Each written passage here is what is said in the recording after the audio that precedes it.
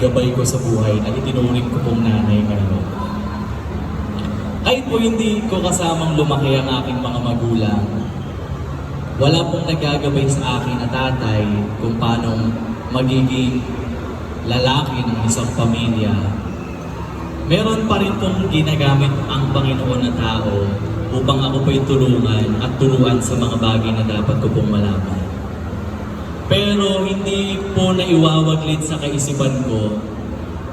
At nagtatanong po ako minsan sa Panginoon nung ako po'y bata, bakit niya hinayaan na ako po'y magkaroon ng hindi kumpletong pamilya? Bakit po hinayaan ng Panginoon na hindi ko maranasan ang magkaroon ng isang nanay at magkaroon ng isang tatay sa loob ng tahanan? Dumarating po sa punto din nung ako po'y bata na nagtatanong ako kung bakit ako iniwan ng aking pong mga magulang sa aking pong tita na siya pong kinalakihan ko na nanay. Marami pong tanong sa isip ko bilang isang kabataan at yun po yung nagpapabigat ng aking pong dibdib ng mga panahon po na yun.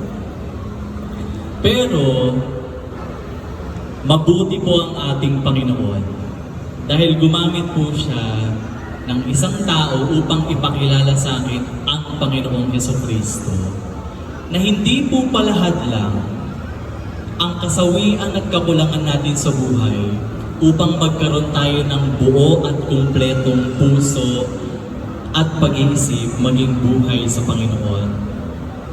Hindi ko man po naranasan na lumalaki ako ng kumpleto ang akin po mga magulang, pero binigyan niya po ako ng pagkakataon na mahalin ako ng mga taong nasa paligid ko kahit hindi ko po sila tunay na magulang. Nagpapasalamat po ako sa Panginoon nung panahong inaya po ako ng Sister Melay sa church. Tita ko po si Sister Melay. In-invite niya po ako sa church at nung una pong pagsama ko sa kanya, dahil po binibigyan niya kasi kami ng pamasahe. At sobra po yung pamasahe, kaya kami sumasama. Bibigyan niyo po kami ng 200, bibigyan niyo po kami ng 150, pero sobra yon. Kaya po ako sumasama. Hanggang sa nagustuhan ko po makasama yung mga kabataan na nagpupuri sa Panginoon. At yun po yung simula na nakilala ko ang Panginoong Jesucristo. Pero alam niyo po kung saan po ako mas nagkakaroon ng malalim na pag-ibig sa Diyos. Nung panahon po na kumilos ang Panginoon sa amin pong pamilya. Dahil po, ang akin pong nanay na hindi ko po nakasamang lumaki, purihin po ang Panginoon, ay nakakakilala na po sa Diyos sa mga oras po na ito.